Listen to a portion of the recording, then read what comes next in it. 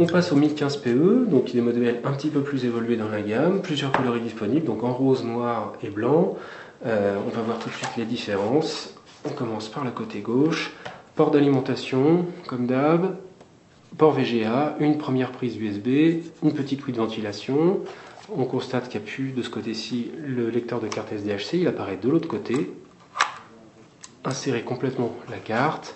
Les ports sont maintenant doubles, port casque et port entrée micro, 2 ports USB, un port anti-vol et ici le fameux petit système d'Asus pour l'Ethernet, donc qui permet de garder une prise assez plate et de pouvoir l'ouvrir si on en a besoin.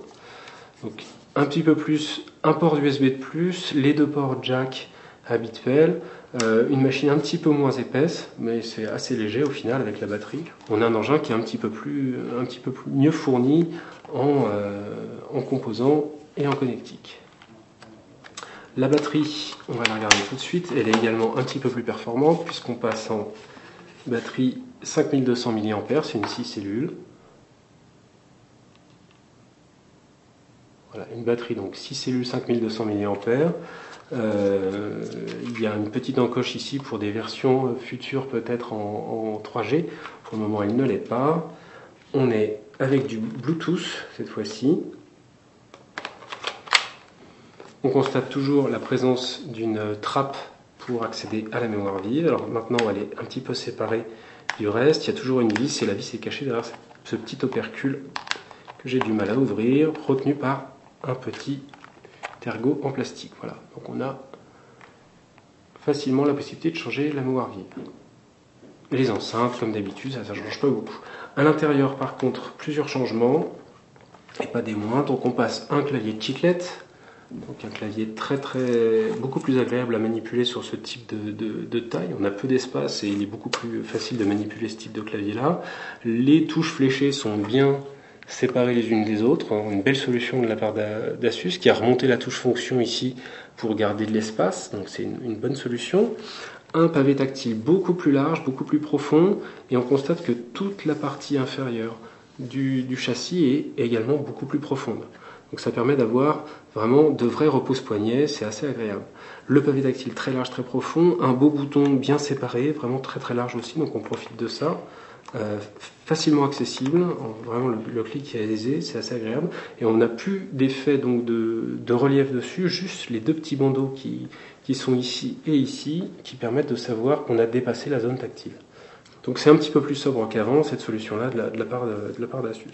On garde l'écran mat, donc non brillant, et par contre un contour d'écran qui lui est légèrement brillant.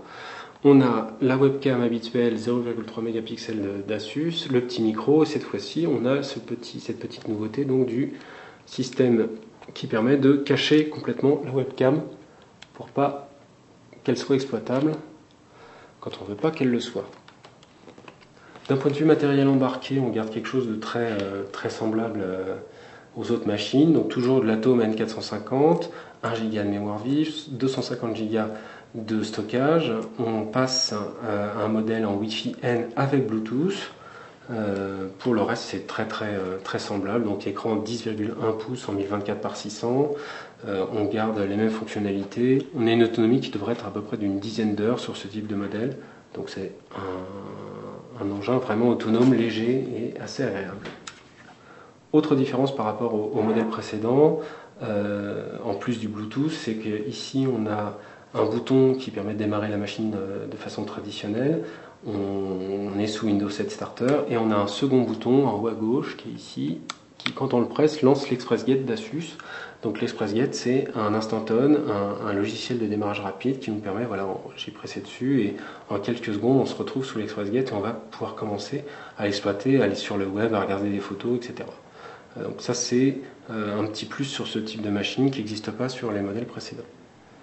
On va lancer rapidement pour regarder les photos qu'il y a sur une carte SDHC avec ce type de modèle vraiment une poignée de secondes. En 30 secondes on peut commencer à regarder des photos. C'est donc le 1015 PE, il sera disponible donc en 3 coloris au final, rose, blanc, noir mais aussi bordeaux et bleu. Il sera vendu 349 € et il devrait arriver très bientôt parce qu'il est lui aussi déjà disponible en ASIRTI ici en modèle de prêt, donc il est vraiment prêt à être commercialisé.